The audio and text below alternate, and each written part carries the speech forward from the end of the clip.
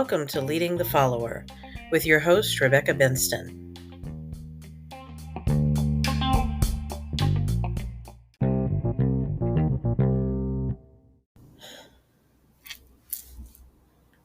Hello and welcome to Leading the Follower. It's me, Rebecca Benston. I am your host and it is Friday. Thank God. Period. Actually, it's December 1st today. I cannot believe we are already at that point in the year. And so much has happened in this last 12 months. We are actually getting ready to celebrate 10 years of being in business. My publishing company, Higher Ground Books and Media. We originally started out back in 2013, 2014. I think it was close to the end of 2013. I was working on building things up and trying to get everything in motion, and actually started in 2014. So I always am kind of iffy on the anniversary date, but we are coming up on our 10-year anniversary. And I'm thinking of making the entire year just a celebration of all of the things that we have been able to do and the things that God has given us the resources to do, and how I feel He wants me to move forward with everything into the next 10 years, hopefully. I've always said that it's not necessarily a money-making endeavor. It is meant to be a way for people to tell their stories, a way for testimony about how God has worked in someone's life to get out there, to get their stories out there. Um, and that's what I have really tried to keep as our mission for Higher Ground. So that's one thing I'm going to be focused on going forward in these podcasts. I'm going to talk a little bit about Higher Ground in each episode, so that maybe if you're listening, if I can get you to listen to this podcast, then maybe you'll go over and check out some of the really, really great books that we have by some of the most talented authors that I've ever met. So with that said, though, I did promise to come back and talk a little bit about what we were talking about on Monday, which had to do with the battles that we face when we are trying to rebuild our lives after a period of loss or damage, or however you want to call it. If we've gone through a traumatic event, or we've experienced a great tragedy, or just something that has knocked us off the path we were on and caused us to reevaluate our identity, or just our purpose in life. In studying the book of Nehemiah, I had read in chapter 4 that there are times in life where we are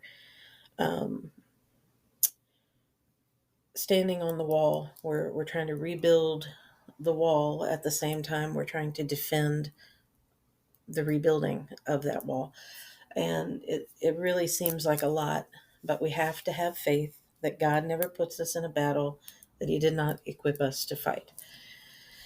And I said the last time that if you find yourself in a battle and you feel like you are not equipped to be fighting it, it's probably because you have stepped into a battle that you weren't invited to. And a lot of times, I know if you're like me, and God help you if you are, I tend to want to fight battles on every front. I tend to be the type of person who will stand up at every injustice and speak out, whether that is a good tactic or not. It really hasn't served me as well as one might think. However, in a lot of cases where I've defended myself against various things, it has served to be a stepping stone to something else that I needed to get to. And I think that comes from having lived a life where I was so quiet and so afraid to stand up for myself for so long, that now when I have the opportunity to speak out and I have the opportunity to step up and say, no, that is not right and that is not the way it's supposed to be. Um, if I take the opportunity to speak out, whether that's my battle or not, it's always a good thing, even though it may knock me off track for a time. It might knock me off track for just a little bit, and then I have to work really hard to get back to where God wanted me to be. But I do think this is an area of my life where He wants me to do the work. And it isn't always easy to discern whether or not this is something He's sending me to fight, or if it's something that is a distraction that's meant to keep me from the actual battle that I'm supposed to be in. So sometimes I just have to plow forward. And if it feels like something I need to say, if it feels like something He's given me the words to speak, to address a situation, then I move forward, and, I find out later if that was from Him or if it was from someone else. And the lesson is always valuable, even if the outcome might not be exactly what I want. Um, and really, even if it is the battle that God intends you to fight, you don't always get the outcome that you want. Um, so for me, the lesson has been, don't shrink back from a fight, because you are going to be called on, at many, many points in your life, to fight some battles for me. And that's kind of where I'm at. For a long time, I couldn't be bothered to fight a battle for someone. And I think that everything that has happened from the time I was a teenager to now has really, been a stepping stone, one on top of another, on top of another, on top of another. Um, from being a victim of rape when I was 22. I believe I was 22 when that happened. It's been a while. And of course, I'm not living in that all the time now. So um, learning to, take back my power from that episode. And then being able to step into a marriage and fighting battles within the marriage, for the marriage, about the marriage, whatever. Um, and then having my daughter, fighting battles for her. Just all of that has built one on top of another to help me to see, and sort out, does it make sense to, is this the hill I want to die on, type of a thing. so, so I'm sure there have been times when I probably could have kept my mouth shut and it wouldn't have been detrimental. It just would have been an opportunity that I missed to sharpen my skills, and, there are plenty of opportunities. But I feel like with every step that I've taken, to fight for the things that are important to me, I have built that wall a little bit stronger. I have fortified it a little bit more with faith and with trusting in God and what He wants me to be and what He wants me to do. So, um, that may not make any sense to you. Maybe that's not the way you do things. Maybe you're not the type of person who likes confrontation. Um, maybe you think that people who are argumentative or like to fight about things, or people who stand up for themselves, are a problem. Well, okay. Um, I will just say this. If it weren't for people who are not afraid to stand up and speak on behalf of themselves or others, there are a lot of injustices that would still be going on today. There are things that people have fought for, things that people have died for, um, that had they not been willing to stand on that hill and fight that battle, um, many more people would have suffered and would continue to suffer. And, I think we don't have enough people who are willing to fight. And I think our society has gotten to a point where we really penalize people for standing up for themselves, with branding people who complain about things as Karens or whatever. Um, I'll be that Karen if it means that my daughter gets treated better at school or wherever she's at. If somebody is mistreating her or trying to do her harm, then I don't care what you call me, but I will step in the middle of that and stand up for her at any point. Um, and I think there aren't enough people who are willing to do that for themselves or for the people they love. So that's just my opinion on that. But in looking at how Nehemiah told his people to be equipped to, continue building the wall, but be ready with your sword because there are going to be times when you have to be building and fighting and building and fighting. Um, I doubt that many of the people who were working on that wall really wanted to be fighting all the time. They were perfectly willing to, put the bricks in place and, secure things and do as much as they could do to build the wall and fix the gates back and all of that. Maybe they didn't want the confrontation. Maybe they didn't want to have to fight for the right to be able to do that. However, um, the alternative is if you're not willing to fight for your right to do these things, um, then you run the risk of losing the right to do anything. And and I think that's extremely important to realize. Of course, not everybody is a fighter. Not everybody is going to be someone who can pick up a sword and do battle and and fight in that way. There are going to be those who fight best by just diligently working on a task and pushing through and getting it done.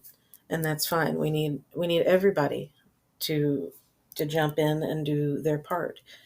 Um, there's a lot of damage that has been done in our society these days. Um, right now, we're living in a time where there's so much broken down that unless everyone does get together to try to work on this and fix it, unless we get to that place where, as it says in Nehemiah, um, unless we get to that place where the people have a mind to work and we all have a mind to work together and not be swayed by the divisive tactics that are being employed throughout politics and the media and everything else, we're not going to see anything be rebuilt to a point where we can actually have peace and happiness together as a society. Um,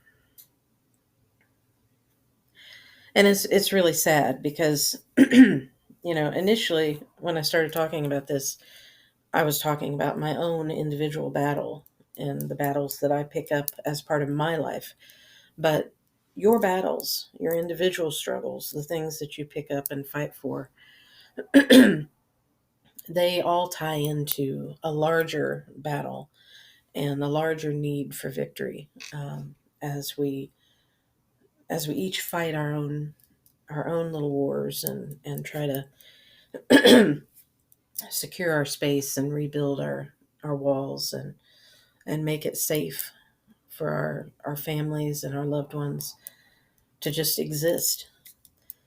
Um, the effort that we take and the things that we do to make that happen impact other families and other groups of people who are trying to do the same thing. So we have to keep in mind, that the battles we fight, we're not the only people fighting these battles. There are so many people out there who have suffered from abuse and trauma, who are dealing with poverty, they're dealing with illness and injury. They're dealing with loss. They're dealing with things that are not easy to deal with. And some people have a good support system, and some people have absolutely no one. Some people know God and can rely on Him and trust in Him, and it's the first thing they run to. And some people don't know Him because they've either never been exposed to who God is or what He can do, and um, or worse, they've been exposed to God, but in a way that's detrimental to building a relationship with Him, and they have the wrong impression about who God is and what He expects from them, and what His purpose is, and what purpose He has for them. So, so rebuilding our walls runs a bit deeper than simply surrounding ourselves with protection so that we can be left alone to live in this society. Um, it has a lot to do with understanding what it means to be strengthened and fortified by faith and by trusting God and by knowing, as I said before, that God never sends us into a battle that He doesn't equip us for. And the more we can help people see that, the more that we can help everyone understand who God is, and how He works in our lives, and the things that He does for us without us even knowing, and the things that He expects us to do as we grow. And growth is one of those things He expects us to do. Um, the better chance we have of living in a world that more closely mirrors the heaven that many of us are striving to get to. You know, this world obviously is nowhere near what we're hoping for. Um, and as we put our trust in God, we hope for a better existence later on. After He comes and judges us and takes us with Him, and whatever it is that you believe, how all that stuff happens. At a later point, I'd like to get into a discussion on that. But right now, the point is these battles that we fight. We're not alone, even though it feels very much like we are on our own most of the time when we're fighting. Um, God is always with us, but other people are fighting the exact same battles we are, just with different players, different weapons, maybe, um, different struggles. It's the same battle. It's that same need for the good in us to win out over the bad, um, and for the light to win out over the darkness. And it always will. Light always conquers darkness. So as you close your Friday today, or as you think about how you're going to spend your weekend, maybe consider the battles that others are facing, and understand that maybe your battles, sometimes they'll coincide, sometimes they will help another person's battle, sometimes they will hinder another person's battle. But think about what your intent is before you step onto that field and start to fight. Um, you know, what might that person be going through? Am I helping or hindering them? Will will it help or hinder me if I don't have this fight? Um, just think a little more deeply instead of jumping into action. Jumping into action is absolutely necessary. We do need to fight when we can. We need to step in and do what we can to make progress. But let's not do so blindly. Let's do so in a way that helps lift others up and bring them to victory as well, so that we can all eventually get through this and have a better place from which to start the next task of rebuilding. Um, I think we owe that to ourselves, and I think we owe it to God to be ready for that and to step into that. Have a wonderful rest of your day. Enjoy your weekend, and hopefully, I'll be back with you on Monday with something else to say. So, um, God bless.